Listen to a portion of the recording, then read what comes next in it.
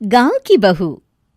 क्या सावित्री, मैंने सुना है कि मालती की बहू ने अपने सास ससुर को घर से निकाल दिया है।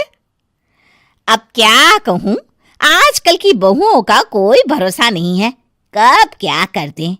मालती की बहू को देखकर कौन कह सकता था कि वो ऐसी निकलेगी। तू सही कहती है। आजकल की बहुओं को देख मुझे तो बड़ा डर लगता है। कहीं मेरी बहू भी ऐसी निकल गई तो। नहीं नहीं, मैं तो गांव की सीधी सादी लड़की से अपने बेटे की शादी करवाऊंगी। इस तरह एक दिन गायत्री अपने बेटे की शादी गांव में रहने वाली मीना नाम की लड़की से करवा देती है। ये लीजिए माँ जी, आपके लिए गर्मा गर्म नाश्ता और चाय। अरे वाह बहू, सच कह रही हूँ, जब से तू इस घर में आई है मुझे तो बड़ा आराम है। तेरे जैसी बहू तो किस्मत वालों को मिलती है। का माँ जी, अब इतनी भी तारीफ मत करिए ना। धीरे धीरे मीना गायत्री की चहेती बन जाती है और मीना भी गायत्री को कभी शिकायत का मौका नहीं देती थी। फिर एक दिन, ये ले बहू, आज मैं बाजार से तेरे लिए साड़ी लाई हूं। साड़ी देखते ही मीना का मुंह लटक जाता है। का माँ जी, ये भी कोई साड़ी है? ना, मुझे तो बिल्कुल पसंद नहीं आई। अरे लाना ही था तो कोई अच्छी महंगी वाली साड़ी ले आती मेरे लिए। आप तो ये सस्ती साड़ी उठा लाई। मुझे नहीं ना चाहिए आपकी ये साड़ी, आप ही पहनिए इसे। अरे ये क्या बहू, तू तो आजकल कुछ ज्यादा ही नखरे दिखा रही है। मैं इतने प्यार से तेरे लिए साड़ी लेकर आई हूं और तू है कि उल्टा मुझे ही दो बातें सुना रही है।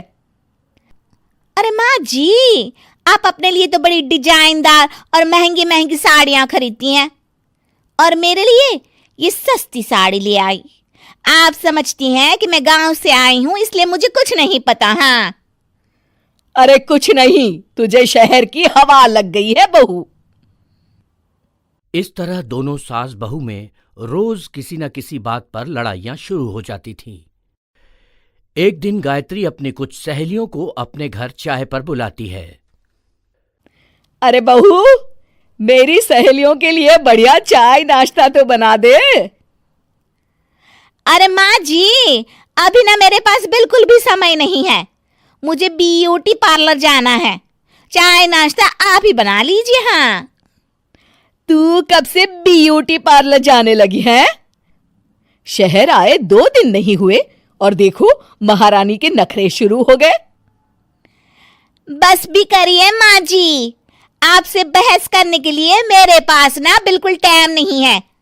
आपका का है, आप समझती हैं कि मैं गांव से आई हूं तो मुझे कुछ नहीं आता, और आप जो रोज रोज मुझसे मेहमान नवाजी करवाती रहती हैं नौकरानी की तरह।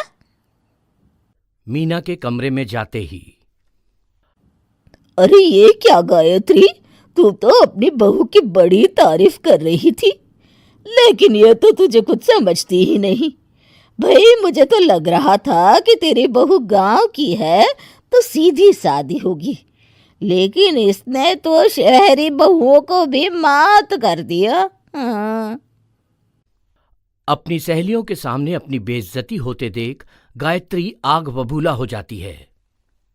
अरे क्या शहर और क्या गांव, मेरी तो किस्मत ही फूटी थी जो मैं इसे बहू बना के ले आई। भगवान जाने आगे और क्या क्या करेगी। अब तो मुझे कुछ ठीक नहीं लगता। तू जरा संभल के रहना, कहीं मालती की तरह तेरा भी हाल बेहाल ना हो जाए। अच्छा, अब हम चलते हैं। अपनी सहेली की बातें सुनकर गायत्री थोड़ी घबरा जाती है। अरे ये सुशीला क्या बोलकर चली गई, कहीं इसकी बात सच ना निकल जाए। दूसरी तरफ मीना सारी बातें सुन लेती है। अगले दिन से गायत्री अपनी बहू से कोई काम करवाने से पहले 10 बार सोचती थी। ज्यादातर काम वो खुद ही कर लेती थी। अचानक अपनी सास में आए इस बदलाव को देख मीना, लाइए ना माँ जी, मैं कर देती हूँ ना काम। एक बात पूछूं माँ जी, आजकल ना आप बड़ी चुप चुप सी रहती हैं और अब मुझसे झगड़ना तो दूर, मुझसे खुल के बात तक नहीं करती आप। कुछ नहीं बहू, ऐसे ही। मीना अपनी सास की मंशा भांप जाती है और मुस्कुराते हुए कहती है, अरे माँ जी, चिंता मत करिए, मैं आपको घर से नहीं ना निकालने वाली। ये डर आप अपने मन से निकाल दीजिए।